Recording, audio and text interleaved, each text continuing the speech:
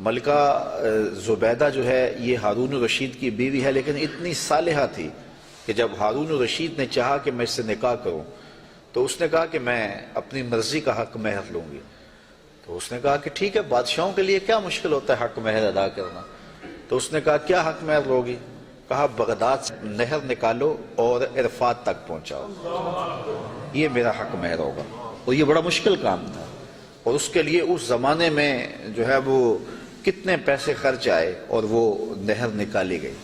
اور جب وہ نہر جاری ہو گئی تو جو خادم تھے انہوں نے آ کے حساب پیش کیا ملکہ کو کہ یہ اس کا حساب ہے، اتنے پیسے خرچ آئے ہیں۔ تو نہر کے کنارے جب وہ دورہ کرنے گئی، دیکھنے گئی، تو انہوں نے حساب پیش کیا، تو اس نے کاغذ پھاڑ کر کے نہر کے اندر ہی پھینک کر کے کہا ترکنا الحساب الی یوم الحساب، ہم اس کا حساب یوم حساب پہ چھوڑتے ہیں۔ تو وہ نہر پھر جب تک یہ جدید ذرائع نہیں آئے تھے تو حاجیوں کے لیے سیرابی کا باعث بنتی رہی، اور نہر زبیدہ کے آج بھی اثرات جو ہے وہ میدان عرفات کے اندر دیکھے جا سکتے ہیں۔ تو یہ بغداد سے چلتی تھی نہر اور مکہ المکرمہ تک پہنچتی تھی، اور یہ حق مہر تھا زبیدہ خاتون کا۔ اور یہ زبیدہ خاتون جو انتہائی نیک اور صالحہ خاتون تھی، یہ حضرت بہلول دانا کو ڈھونڈتی رہتی کہ ان سے کوئی دعا مل جائے، کیونکہ یہ مجاذیب میں سے تھے۔ مجذوب وہ ہوتا ہے کہ تجلیات کے وفود سے جس کا شیشہ عقل ٹوٹ جائے، اور وہ جو کہہ دے اللہ وہ کر دے۔ فرمایا صحیح حدیث میں ہے رب اشعث اخبر مدفوع بالابواب لو اقسم علی اللہ لابر، بہت سارے لوگ ان کے کپڑے پھٹے ہوئے، حالات پرا گندہ، بال بکھرے ہوئے، لیکن فرمایا انہیں کہیں چھیڑنا بیٹھنا، اللہ کے نام پہ وہ قسم ڈال دیں تو اللہ فوری پوری کر دیتا۔ تو یہ اسی قبیلے کا فرد تھا بہلول دانا۔ ایک دن زبیدہ گزر رہی ہے دجلہ کے کنارے پہ، تو بہلول مٹی کے گروندے اپنے ہاتھوں اپنے پاؤں پہ بناتا ہے اور گرا دیتا ہے۔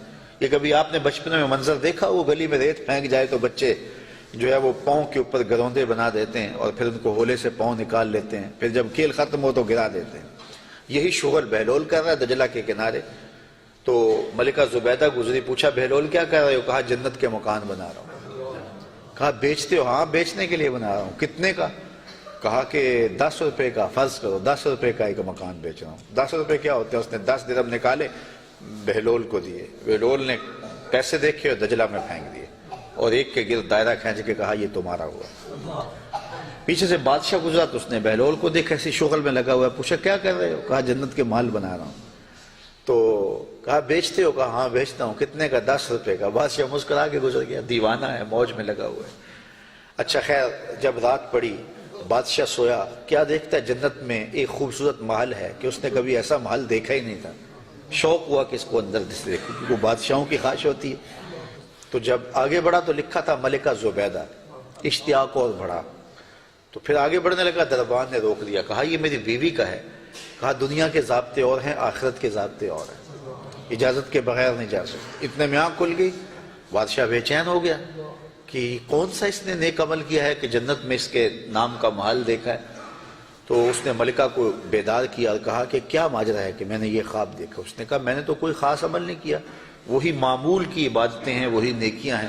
ہاں یاد پڑا، آج میں گزر رہی تھی راستے میں دجلہ کے کنارے، بہلول بیٹھا تھا اور وہ محل تعمیر کر رہا تھا، وہ گروندے، اور کہہ رہا تھا یہ جنت کے محل ہیں۔ تو میں نے کہا کہ ٹھیک ہے، اپنی موج میں ہے، تو ایک میں نے اس سے خرید لیا تھا۔